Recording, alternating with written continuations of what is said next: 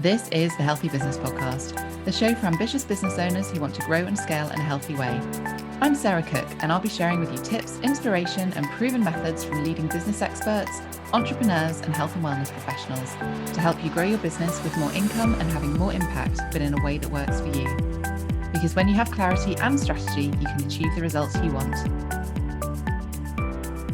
Hello and welcome to the episode of the Healthy Business Podcast, where I am joined by the lovely Dana Stevens, who is a business coach specializing in marketing, strategies, and mindset. So I'm super excited to be talking to you today, Dana, because I know this is something very close to my heart and something that I do a lot of teaching about myself. So I'm excited to see where our conversation goes.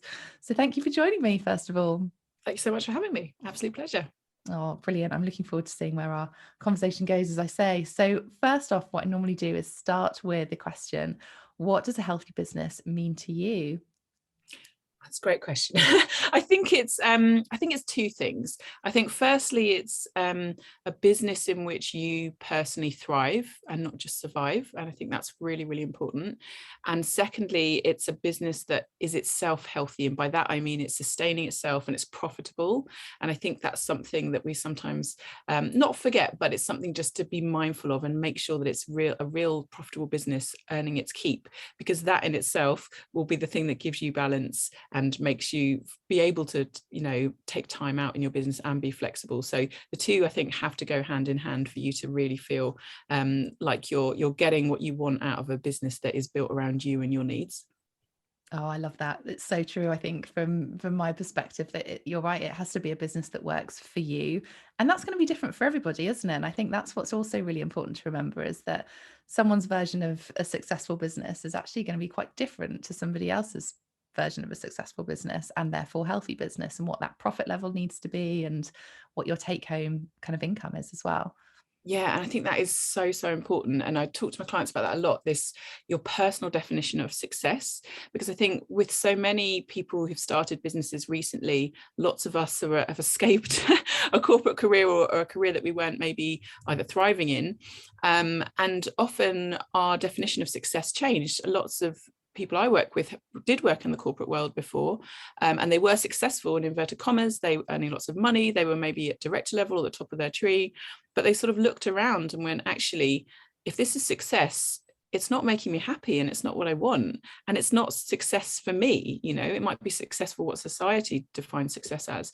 So it's kind of a weird moment where you've then got to reassess what success looks like for you personally, but it's so important. And like you say, it's not always about earning loads of money. It just needs to be that your business is profitable enough to be ticking over sometimes to allow you to do the things you want to do, whether that's, take some time out to spend with your elderly parents, or time out with your kids, or time out to just walk your dog in the middle of the day, or whatever it is that keeps you in a healthy headspace. It's working that out, what success is for you. And for some people that is money, but for some people it isn't. So it's absolutely about stepping away from the societal expectations of what success are and really looking into what you want and what you need and what your family needs if you're doing it to build it to work around your family. Yeah, and it's that fulfillment piece, isn't it? That's sort of, where we kind of get to on so many different levels. We were having a conversation just before we came live around how our children are quite similar ages, and that is a juggle when you're running your own business. But actually, for me especially, it was one of the reasons that I left the corporate world, is that that juggle just became too hard, and meant that I wasn't spending time or able to spend time with the kids and things. And I think it's such a tricky one, especially for women who want to be there for families, or whether they've been on maternity leave and taking that break out, going back to the corporate space. Is that the right thing to do? We're pulled in so many different kind of directions, that guilt feel, that and it always has to go back to fulfillment, I think, and that version of success. And you were in the corporate world as well, weren't you? Yeah, so I've for 18 years I've been working with different brands, either doing content creation. I started my career as a radio producer at the BBC, actually back in my first career. Then I ended up moving into the online world and social media, and I moved into advertising agencies, and then I was doing marketing strategies and content creation for lots of different brands like Cadbury, EasyJet, O2, lots of big names, until my most recent job, where I was head of planning, which is sort of head of strategy in a big London advertising agency, which was a big job with lots of responsibilities. And And to all intents and purposes, on the outside, a successful career, you know, I was earning good money and I'd worked my way up and at the top of the tree. But, you know, for me, the pandemic, like with so many people, was that real moment where I got to spend time with my kids.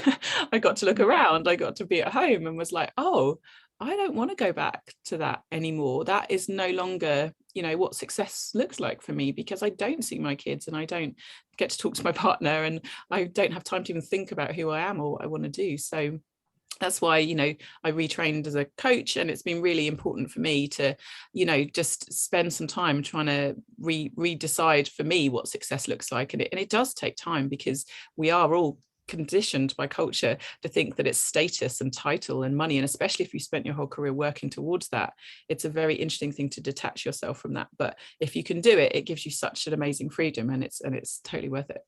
Yeah, it's so interesting actually. I was on the other side, so kind of being brand owner and working for some big brands, and obviously then passing things across to agencies. And yeah, I mean, I remember just like turnaround times that we'd send across to agencies was just looking back really awful. And I think being the client side versus agency side is, well, probably a whole different extra story that we could probably add into this. But yeah, it's a hard one, isn't it? And I think, you know, you're right when sounds like both of us kind of being at that kind of high level, decisions are being made, the world is running around, and things happen quite quickly in the marketing world, brand world, pharmaceutical, FMCG, you know, all that kind of thing. It's things move quickly. And I think, especially as you said, through that pandemic, decisions had to be made a lot quicker, because in an uncertain world, you've got to keep making decisions. You've got to test things. You've got to see what's landing, what's not landing.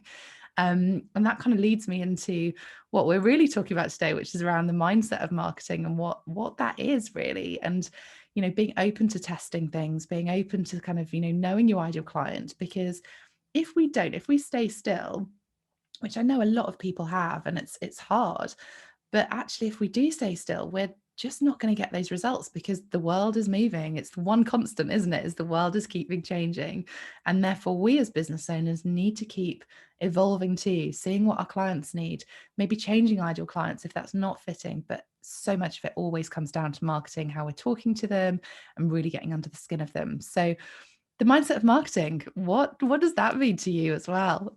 Yeah, it's a really interesting one. So it's actually, when I was still working at that agency, I was helping out friends and family who'd maybe started up businesses, helping them with marketing strategy. And that's like kind of easy in inverted commas, as in I can tell people what the strategy is. But what I quickly realized was, if they didn't have the right mindset, if they struggled with their confidence, if they didn't feel confident enough talking about their product or themselves, or they didn't want to put themselves out there, or they just couldn't get things done because there were things holding them back, or they were self-sabotaging, whatever it was, they couldn't do it. So it didn't matter if they knew the strategies. So that's when I was training in and started reading about loads of mindset stuff and training in it, because I knew that was the missing link that would help them. And so with a lot of my clients, that's what we talk about. It's like, of course I will tell you the practical strategies, how to do things, because you need to know how to do marketing and how to use social media platforms, email marketing. But if you don't have the right mindset going into it, you just will find it very hard to implement it. So a lot of people, when they start out, they think that they need to just get up to speed all the time on all the social media channels, for example. And of course you do, but you really must work on your mindset at the same time, because that's the thing that's going to give you the confidence to use those channels and use them in the positive way. So one of the biggest things that people struggle with is selling either themselves, if they're a service-based business, or their products. And the amount of people that I've spoken to are just like, oh, as soon as I have to start selling, I feel icky, and it just feels like sleazy and salesy. So that's like a core mindset thing for me, is like belief, working on the belief that your product or service is good enough, and getting really confident in that will mean that you won't feel salesy or icky, and you'll be able to sell with ease. And it is down to that belief, which is entirely mindset, right? So that's why, if you can work on that and that belief aspect, that's the thing that's going to shift the dial and make your selling so much easier, right? And just doing any marketing will be hard if you feel uncomfortable about it, if you feel like you are imposing on somebody by telling them about your product. So one of the key things to do there, to get to work on the belief, is to make sure that your product is great. It sounds like a really obvious thing, but sometimes it'll be like, well, I'm trying to market this thing and I'm not really sure if it's very good. It's like, right, well, you need to get sure. You need to be sure that what you're selling is good. So if you've if you haven't tested it out on people, and there are lots of people that launch businesses and haven't, it's like get road testing it, get focus group going up, get people, either the friends and family that if they're the ideal client for you, or through Facebook groups or whatever it is, get a focus group together, get people giving you genuine feedback. And if there's something wrong with the product or it's not quite landing right, then make the changes first before you start worrying about your marketing. Get the product absolutely right and get confident in it yourself, and then get some real testimonials from real people. That might mean at the beginning that you need to give your products to some people for free in exchange for some testimonials, and that's whether it's a product or a service, but get some genuine feedback about how your product is working or service is working, and write it down, capture it. If they're giving it to you on the phone, write it down and start a bank on your computer, or if physically a notebook, however you want best to work, where you're putting all that positive feedback, you're putting it in one place. That's really important, because everybody has wobbly days. You have days where you're like, oh, why am I even doing this? I don't even know if I'm any good. You go back to that bank or that folder on your computer and you go, right, okay, this is why I'm doing it. People love it. It works. It makes a difference. I'm going to keep going, and you've just got to keep rereading those things, get to a point where you're really believing in your product and really like understanding why it works for people. And then once you're really sure of why it works for people, then that's what you can communicate. When you've got real replies, responses, testimonials from others, you'll know the difference that your product makes to them. And then that's what you start selling. You start selling the impact that your product or service can make on people, not just the product itself. And then that just will shift you into another dynamic. You're not saying, I don't know, let's say you're selling, I'm trying to think of an example. I've got a reflexologist who is in my Facebook group, and it's not just about her selling 45 minutes of time for however much she charges. That's very transactional. And if you were to focus on that, you might feel like, oh, I don't know, is it worth the time? That's quite a lot of money. And you get caught up in all of that. Whereas if you're selling the benefits of that reflexology service, better night's sleep, much better relaxation, quieter mind, able to deal with the stresses of family life better after you've had that session, you can really focus on the benefits of that, then that's going to help you sell in a much more confident way, because you're selling, the outcome, the benefits of it, rather than the transaction that you're doing. So true. I love it all. It's one of those, as you say, it sounds really obvious, doesn't it? Like, talking to the benefits. And I think that's where really understanding your ideal client kind of comes into it, understanding actually what they're struggling with, and then you're providing that solutions, but you're selling it in a way that is talking to those needs. It's that total difference between features and benefits. And it is one of those really basic things, but actually no one cares whether it's 45 minutes or whatever. It's about the impact that you're having. It's about that real tangible solution or emotional solution that you are providing for that person. So yeah, no, I totally agree with that. And yeah, testimonials, just picking up on that one, it's something that other people are saying how great your product or service is. It's not about you telling people.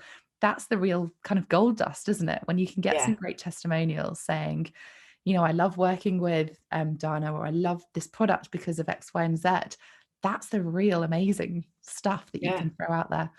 Absolute gold. And it's twofold. Number one, as I said, it's going to be the thing that will give you the confidence. That's the thing on a personal level that you can go back to every time you're having that wobbly day, or you're like, or before you've got to go and do a live or whatever to talk about your product or service. You can go back to that and be like, yes, that's what they liked it. But from a marketing point of view, it's also more convincing. It's the difference between, I don't know, a chef trying to tell you that their dish is the nicest dish and you should really try it, versus the someone at the table next to you going, I've just had this, it's amazing, and I loved it because of this reason and that reason. That's much more convincing. So someone else talking about the value that you've given, or the changes you've been able to, the impact you've had on their lives, is always going to be more convincing. And people are more than happy to share testimonials. And again, it's something that people can get uncomfortable about asking for at the beginning. That, I don't want to bother them. But 9 times out of 10, people are really happy to share something. Or if they've given you feedback in an email or on a phone call, you can just say, I really loved what you just said there. I've just written it down, or I've just got your email there. Would you mind if I featured it in my marketing? Sometimes your choice of word can be persuasive. If you say, not just can I use it, it's like, can I feature you in my marketing again? Because maybe they'll get a little bit of boost out of that. People like to feel like they're getting some social media exposure as well. And most people, again, if they've already given you some feedback, means that they don't have to go away and think of something or whatever it is, and they'll be more than happy for you to use it in your marketing. So it's just getting into the habit, and whenever you finish with a client, that you, if you're a service based, that you send them a little form that you can just have pre-made, send them a form for them to fill in with feedback, or if it's a product, that is just an automated email that always goes out asking for feedback. Like, not everybody's going to fill it in all of the time, but the ones that you do get back are going to be so valuable, and it will really help you. Again, it's a very practical thing that you can use in your emails or your social media, just quoting people's testimonials, and again, it's very convincing. It will help convince yourself and convince others, and it's just a very easy bit of content as well that you can use. So testimonials are gold dust, and if you're not asking for testimonials, if you listen to this podcast, make this one thing that you do this week. Yes. Is go and ask some customers for testimonials. So powerful. Definitely. And I'm going to build on that as well, actually, because to make a testimonial really rich and really speaking to the ideal client, don't just ask people for feedback in a generic way. Like, make sure you've got some really pointed questions that speak to those pain points of that ideal client. Ask them how they felt beforehand, and then ask them how they felt after either working with you or using that product. That's the real kind of rich stuff, because as you said, it's the because bit, it's the why people have chosen that and how they're feeling, rather than it just being the features around it. Because anyone can say, yeah, it was great to work with Sarah, but actually, what does that mean to anybody? Yeah, exactly. You want the why it was so great for you personally, for that person, because you want to hear it in their words as well. You want to hear it in their language, and that's super useful as well, the language that other people use in terms of like the impact it's had on them, why it was important. Maybe, as you said, if you're asking them how they felt before they used your product or service and how they felt afterwards, that language is really useful to you in your marketing, because you can replicate that language and use that language because you're using real terminology that other people will use. So yeah, super useful to do that. And as you were saying, you can, if you ask those sort of questions, if you know the kind of comment you want people to say, which is, I loved using it because, and it did this for me, just write the questions in such a way that you're getting that response, and have them pre-written. So either copy and paste them every time, or just have them pre-done as a form. So it's minimal effort on your part, and you'll remember to do it, hopefully. Yes. And then, as you say, it's a lot easier then to kind of hold it in a bank somewhere. If it's, a pre-written form, it all kind of is digitally done. Saves people a lot of time as well, if it's already in a pre-done form, or just a copy and paste section as well. You can use something like Google Forms, which is completely free and so useful. And you write out the form. It's really easy to populate questions, and you can just send people a link to it, and then all the responses are gathered for you, like you say, in one place, and you can just go back to it whenever you need a boost or you want some content. So it's a perfect way to enhance your marketing. Definitely. And I love that idea of, we all have wobbles, whatever level we are, however many years we've been doing this. We all have those moments if we've had a bad day or a wobble or something's thrown us off kilter, and just reminding yourself that actually you are good at what you do, or your product is amazing at what it's supposed to do, it can be a real game changer in your productivity and your efficiency, but also then how you show up in the rest of your marketing for that day or that week or whatever it is. So yeah, no, I love the kind of the depth of the mindset in there. If someone is kind of listening to this and thinking, okay, my mindset's kind of okay, I do ask for testimonials, I think I'm kind of okay with putting out benefits, what would you suggest to them as being that kind of next step to kind of build up a bit of a marketing strategy? I would say to really look at how you can differentiate yourself from other people out there in the market. And there's two ways of doing that. So one is really talking about what is really unique about you and your product. And again, sometimes this can take a bit of mindset work, because people will be like, well, I'm making candles and everyone's making candles, but there will be a really uniqueness to your product and your story. And the storytelling is really like the second part of it as well, which is really important. So the first part, again, people, and I do find this more with women that I work with, find it hard to talk a lot about themselves and their products, and they feel like, oh, I don't know, they've maybe got a voice in their head that tells them they're showing off, or that they're going on about it too much, or they're just feeling too salesy by going on. But really, that isn't being salesy. When you're selling to people, they want to know as much information as possible. Let's say I'm trying to buy a candle, there are so many candles on the market that the more I can know about what is unique about your candle, what is special about it, what makes it different from other candles that are out there, the more likely I am to be able to work out if it's right for me or the person I'm buying it for as a gift. So you are helping me by telling me the information. You are helping me by telling me more. So that's the mind shift reframe that you've got to get into, is that you're not imposing on people by telling them more, you're helping them, because you are helping them make a decision from all the other products or services that are out there. So if you go at it with that point of view, that the more I'm telling you about the detail of what I do or how I personally do things, or the particular way I source my ingredients, if you're a product-based business, you are helping the other person work out if your product or service is right for them. And you're helping them go, oh, actually, because you do it that way, I know you'd be great for my friend Sarah, or whatever it is, So really thinking about the more that you share and the more unique information you share, the more you're helping the person make a decision, is number one. And the way you can do that in an interesting way is through stories and personal storytelling. And it's a hackneyed phrase in the marketing world, but like that people buy from people, but in small businesses it is so true. And people will buy from you because they they can connect with you and your personality and your values. And the big brands that I used to work with were spending millions getting you to know and like and trust their brand. Most businesses do not have those sort of budgets, but what you do have is an individual story and a person that people can connect with. So share your story, share why you set up your business, share why you're passionate about it, share why you think it's the best. Tell people why you know it's the best thing that's going to be out there, because you're going to help them by doing that.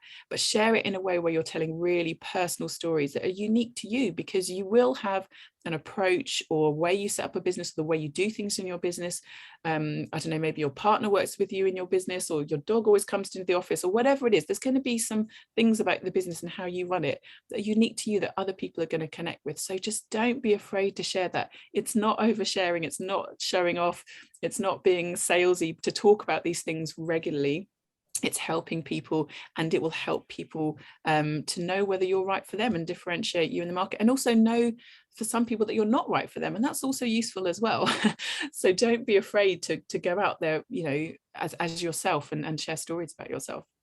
Yeah, so I love it. It's almost better to be polarizing though, isn't it? I think, rather than just being kind of vanilla or beige or anything like that. And there is a place for everybody, and you can have done exactly the same qualifications as somebody next door or someone else online, but actually you are different. Like, all of us have got our own unique set of circumstances. We've had different experiences, we've got different family setups. Why you do what you do is potentially different as well. And one of the examples I use is going into a supermarket and you go down the strawberry jam aisle. Like, how many strawberry jams are there? But we all have an emotional connection to one of those jams, and we will choose probably the same one each time because there's a reason for it, whatever that reason is. But those big brands, and you're right, we don't have the budgets quite often as some of these big brands, but they've created this reason for us to connect to it, and we can do the same because we have got those different things. And people do buy from people. It is that the emotional connection is just such a big one. And I think especially what we've seen over the last couple of years, where people were in this kind of pandemic, and we're seeing this need for emotional connection, human connection, that actually those stories do sell. And you don't have to tell your story warts and all of the deepest, darkest moments. That's not, I guess, what we're saying really. It's more finding those connection points and sharing that is really where the marketing comes in. Yeah, and I think that's an interesting one, because sometimes when you say to people, share more of your story, they think, oh God, I've got to share my life story. We're not saying share your life story. You don't have to share everything, so we're not talking about celebrity level where you've got to share every time you do everything, or everything about your family. You get to choose that. Again, it's really important that you have the boundaries in your business. You get to choose where it is, but it's sharing the story about you and your business journey. So, as you said, like why you've started your business, what success looks like for you, why these things are important, and when you're sharing, if you're sharing what you're doing that day, again, it's not about showing your kids or showing your house, whatever it is, but it's like, what are the business decisions you're making that day? How are you, who are you talking to that day in the business that's either going to grow your business? That's the thing that people are interested in. They're interested in how you and your business operates, because that affects them as a customer. So it's sharing in a way with boundaries that you're happy with. But sharing your business journey, so you don't have to go super personal. And of course, some people do share a lot of their personal life as well, and that's a choice that they can make. But if you're reluctant, or you're just starting out with social media, for example, and you don't want to, just dip your toe in the water with some of your business journey rather than your personal journey, and then it's up to you how far you share the rest. Yeah, no, I think it's so true. As business owners, we get to make that call, don't we? We get to make those decisions as to what we share, how often we share it. But really, almost going back to that ideal client, what is interesting to them? Because then you can create those content pillars around that actually means something to them as just as much as it is to you. And one of the things I'd kind of love to delve into is this sort of visibility, partly from a mindset perspective, but it's that consistency piece that I know lots of people struggle with, partly because of a mindset side of things, whether they feel like they're showing up too much or they feel like they're selling too much as well. So, what are your thoughts around this sort of visibility, consistency? Because there are so many different viewpoints on how many social media platforms you should be on, how many times you should be posting on social media, whether email marketing should be a part of that. There are so many different marketing techniques. I mean, the two of us know this, and I know it Yeah. can feel so overwhelming for people who are either just starting out in that marketing world or looking at kind of trying different things. There are so many different things, and social media is that one that does keep rearing its head because it's there, we're all in that world and kind of in that space. But yeah, I'd love to kind of delve into your thoughts on that one. Yeah, I think social media is a really interesting one. And for a lot of people, it is like a big blocker for them, that they're just like, oh, I just can't get on with social media, or I don't like social media. And I think it's worth unpicking, because there's lots of people who might not like Facebook personally, right? And you might not like using it personally, but you're not using it personally here. It's different. If you go on there, I had a client that used to go on and be like, oh, there's these girls from my old school when I grew up, and they're always posting this and that. And I'm like, well, block them. If you don't like going onto Facebook and you avoid going onto Facebook because they're there, but you still want to use it for your business, then block all of those people, because you don't like seeing it anyway, right? And so you get to decide, block all those people, or like hide all their posts, and just go in and do the business stuff you need to do. Give yourself 20 minutes, you go in, you do what you need to do, and you get back out again. You don't have to engage in the platform in a personal way if you're using it for business. And I think there's a distinction that you can make there as well. But in terms of, like you say, there's so much different advice about how you can use it and how often to use it. And at the end of the day, it's like everything in business, like we talked about at the beginning, you've got to decide what works for you and what will help you keep going. So there's no good saying to people who are starting off with social media, you've got to be on 4 platforms or whatever it is, because you will be overwhelmed and you just won't do it. So my first advice would be, like, if you are overwhelmed by it, is just start small. Just start, but start small, and start with one platform if that's all you can emotionally handle, or the time you've got that you can handle. But go, as you said, go back to your ideal client. If you've done lots of the work about who they are and where they are and how they consume media and all that thinking, and you've done a lot of thinking about that at the beginning, you'll have an idea of which social platforms they're on anyway. And then look at so let's say you've decided your ideal customer is on Pinterest and LinkedIn and Facebook and Instagram, and then you go, right, from there, what of those platforms do I actually feel some connection with myself? Maybe you hate LinkedIn, so you're going to take that. Maybe you don't really understand Pinterest at the moment, so you're going to take that out. So your ideal client's still on the other 2, they're still on Facebook and Instagram. And then you think, right, what of the time I've realistically got available to me right now? Because that might change in the next 3 months and 6 months, and you should review it regularly. But if you feel like you can genuinely only cope with one at the moment, then just start with one. Just start with Instagram, for example, and get good at that one channel. Build up your audience on that one channel. And then when you feel ready to take on another, and you've got some headspace, or you've got a bit more confident, or you've got some more time, then you can put another one into the mix. But trying to do everything at once will just usually make you not want to do anything at all. So I would always recommend starting smaller. And in terms of how regularly you post, again, it's going to be down to you. Of course, you can look around and see lots of people in your category or industry posting all of the time, but you don't know what extra support they've got in the background, what stage of their business they're really at. So just don't compare yourselves to them. Just think about what you personally can do. And I don't know, let's say something like Instagram, right? There's all different guidance out there, but usually it's something like minimum 2 to 3 times a week on the grid, and then daily on the stories. But, there's weeks where I don't post that often because I'm got other stuff going on in my business. And, I'm just like, well, that's okay, because I need to sort out this thing that's going on in my business, or I'm working on a product. And that is more important than me going out and talking about the product until I've got the product right. So don't beat yourself up about, these are suggested guidelines. They're not hard and fast rules. And like with anything in your business, you will find what works for you and also what works with your customers. If posting really regularly, you're getting into the groove and you love it, then great, carry on, but there is an element, of course, of the more consistently you show up and the regularly you show up, the algorithms like it is useful for that side of it, of course, but there's no point running yourself into the ground if you just come to resent and hate it, because then you'll just stop doing it altogether, which is what usually happens. So batch creating content, scheduling content is your friend. Do that. Absolutely. Music to my ears. I love that. Yes. You're saying similar to me. Yeah, I find it, if I haven't batch created a week of content or a couple of days worth of content, I'll just go a couple of days and I'll forget to do it, because I'm working on my business. I'm doing the business, the delivery of my business, and I don't have time for it. So that happens to everybody. That happens to us. We're marketing people. We know how to do it. I know how to do it. But it's like, so it's going to happen to everyone who's not used to doing it as well. So if you can just set aside an hour or 2 hours to work on your content, and however you prefer to do it, a couple of days, a week, a month in advance, create it in batches and schedule it, and then you can just forget about it, and you've got a minimum amount of posts going out, even if that's just one a week, just so you've got one going out a week. Then you can build on that organically each day. If you've got time, if you feel like you want to share something, then you can do, but just trying to have a minimum amount going out, your future self will thank you and love you for it. It's just that sense of relief, I think, isn't it? Knowing that, again, kind of going back to us having little children that need us. And if they get sick and we have to take time out of our business, that you still have at least a base level of content that is out there, that if you do have to, pull back from that sort of delivery piece, that's okay. And that's part of the point of running your own business that's flexible, I think.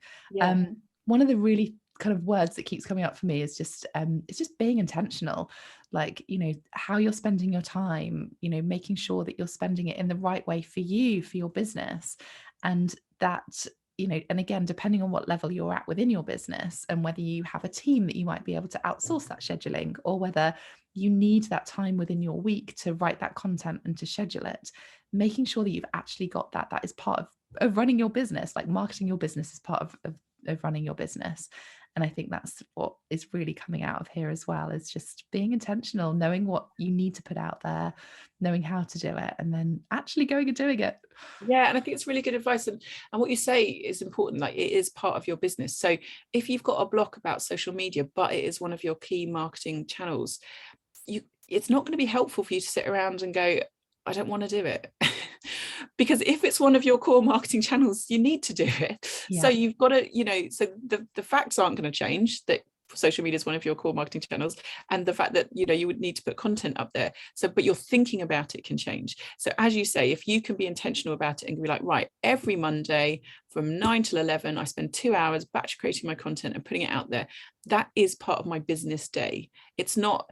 And then you create the content. That will feel very different from you going onto Facebook, scrolling a little bit, thinking, I don't know what to post, or now I've spent too much time, and now I've spent 40 minutes just looking at stuff. And then you won't feel like you've spent those 40 minutes being productive in your business. So then you will resent social media and you will think it's not a useful part of your business. So how you think about social media as being a professional part of your business can really change how you use it and how you use it efficiently and effectively. And also, a lot of people who talk to me who go, oh, I don't want to do social media and I want to outsource it straight away. That'll be the first thing I outsource. And I would say, no, it's great that you're doing it now, because you will not be able to outsource it. Let's say your business grows. If you try and bring in a social media manager when you haven't been doing it yourself already, you will find it almost impossible to brief that person on your tone of voice, on the type of posts that perform well, on the type of photography that performs well, because you won't know. So this is brilliant that you get the opportunity to doing it now, learning from it. So then when your business does grow and scale, then brilliant, you've got the opportunity to outsource it. And if by all means you want to outsource social media, you'll know how to outsource it. You'll be able to manage that person, because it's not that you'll be able to just give it to someone. If your business grows, you'll still have to manage them and what they do. And you'll only get the skills to do that if you've done it yourself. And Yeah. social media is a great opportunity. Again, I think we can forget this now in the way that we're sort of so blasé about it. But, I'm old enough to remember a time when there was no social media. Yes. And, and And doing marketing for big brands without it yes, as well, right? exactly. Yeah, when there wasn't even the internet. Anyway, but the point is, if you imagine trying to run your business now without social media, imagine how limiting that would be. We're living in a great time where we get to use social media and all of the free tools that it has for free at any level. Back in the day when there wasn't social media and your business could only survive if you could pay for leaflets, or you could appear in a magazine, or you could get on television, or you were on radio, because you either had the connections or you had the right amount of money to do that. That's why business was limited to a lot of certain people from certain backgrounds. We are so privileged to live in a time where we get to use social media. Not that we have to, we get to use it. And so that can just be a really interesting way to think about it. Like, this is a great opportunity and a great time to be using it. So approaching it from that frame of mind in a really positive way can be really helpful. Yeah, it just brings us back into that mindset of marketing piece, though, doesn't it? Of actually, it's just shifting what marketing is. It is, if you want your business to grow, and marketing has to be part of that. And you get to choose what elements of, marketing channels, how you show up, the social media platforms that you use. All of that comes down to you, your personal preference, as well as understanding your ideal client. But the biggest thing here is the mindset. It's the reframe that marketing is part of running your business if you want it to grow and if you want it to scale. It's not something we can avoid. Even referral based, that is the type of marketing. Yeah. So it's just reframing that, I think, and leaning into it, being intentional, setting out that time to be able to do that as well. But also, yeah, I think taking a bit of a CEO approach to it as well, and kind of going, actually, this has to happen. So let's work out a way that's going to make it happen in the best possible way for me and the best possible way for my business, which feels in flow, which doesn't feel like it's pushing water up a hill. Like, you have to feel comfortable doing it. You have to feel, genuine in doing it as well. And all of the things that we have kind of delved into a little bit today, I hopefully have kind of given people a bit of confidence, a bit of advice, a few tips on different things. Is there anything that knowing what we have spoken about, are there any kind of tips that you'd share with people as to kind of just wrap up and kind of summarize what we have been talking about? I think, just as you said, we said a really brilliant thing there about just shifting what marketing is in your head. And I think just the final thing that would just be useful, I think, for some people is, when you think about marketing, think about it as building relationships with people, and it's gonna take time in the online world. And if you are spending time on social media, you'll probably see lots of people kind of suggesting that you can build your business overnight online. It will be easy. You'll get 10,000 followers, you'll get 10,000 a week, whatever it is. Most of that, if it sounds too good to be true, it is too good to be true. Generally is. Building a business and a brand takes time. So your marketing will take time. So that's, if you approach it as that you're going to build relationships with people, like your social media, right? It's a conversation you're having with people. When you're sending out your emails, it's a conversation you're having with people that you're going to build up over time. And at some point in that journey, they may or may not buy from you, but that will be because they know you and they like you and they trust you.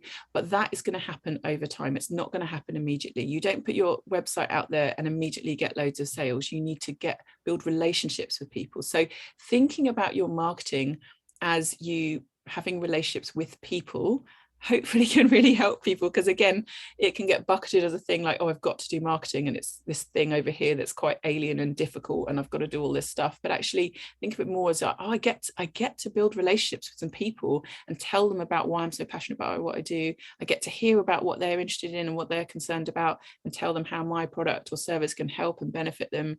It is a conversational relationship that you're doing. It's going to take time. If things don't happen straight away, it's okay. That's normal. You're not doing anything wrong. It takes a lot of time.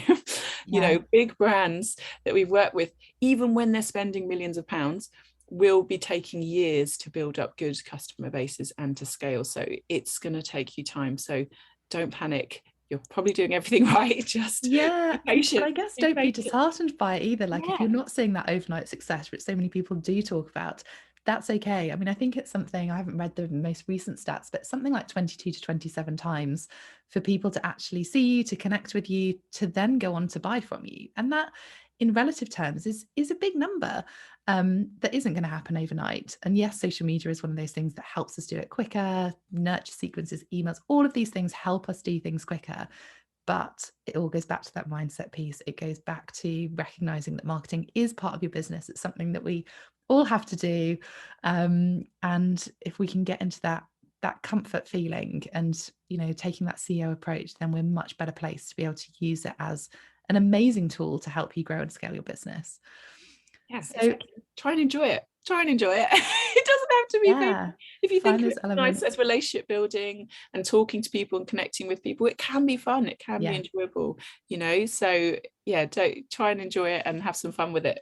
It's your business, so you get to do it how you want, and you get to communicate in a way that's authentic to you, and that can be really fun and freeing. So yeah, try and have fun with it. I'm just going to touch on that, actually. I know we were kind of wrapping up slightly then, but I'm just going to add something in here because I think it's quite interesting that sometimes when we are looking to grow our business and we go into that kind of scarcity mindset, we then start feeling like we need to sell and we want to have that overnight success that we're told about, and those sales coming in and, you know, the income kind of growing. I think especially over the last couple of years, we have seen that kind of scarcity mindset coming back in where things have happened out of our control.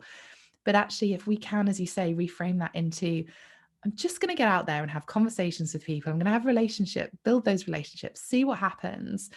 That is much more genuine way, a much more fun way of running a business, because, and it's actually one of the reasons that I set up this podcast, is that I get to have chats with amazing people like you, and that I probably would never have had those kind of crossovers, or if we're in different worlds. And, you know, so I've had so many amazing conversations on here, and it's just been, it's not because I'm trying to sell anything. Like, I'm having a conversation with you because it's giving value to people, and it's just sharing more and more things to help more, you know, more people be successful in their businesses. And I think if you go into it with that kind of value led and also having a bit of fun, enjoying the process, then actually you're going to get a lot more out of your business and not get into that resentful mode, and kind of keep showing up in the ways that actually feels good for you, feels aligned to you. So bring it back into that mindset piece again. Yeah, exactly. Everything you just said, exactly. Perfect. Oh, it's been amazing to chat to you today. Thank you so much for joining me. And you have an amazing training video on your website, don't you? Do you want to share a little bit about that?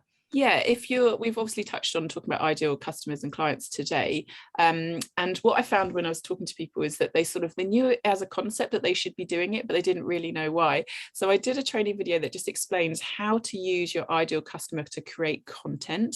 So this is why you're doing it. This is why you spend time fleshing it out, and it will help you create content in an easier way. So you can download that free on my website. It's just a free training video. And I really recommend that people start there when they're starting to think about their marketing, and it will help inform all the other things we've talked about as well.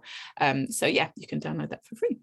Amazing. Thank you so much. It's been lovely to chat to you, and to our listeners, I would love some feedback. So make sure that you leave some comments for us, and anything that you need, then feel free to come and find myself on Sarah Cook Marketing or Dana. And do you want to share your social links as well? So the website is thebigupco.com, and on Instagram I'm at _thebigupco. And on Facebook, I've got a group called the Sell with Swagger Collective, where we're all about selling confidently. So you can come there, and I do like free training tips and sessions in there as well. Fantastic. Brilliant. Thanks so much for joining me. And to you listeners, I will see you on the next episode. Thanks for listening to the Healthy Business Podcast. To get your free checklist with 1-minute hacks to accelerate your business and find out more about our community, head to my website, sarahcookmarketing.com/healthy business.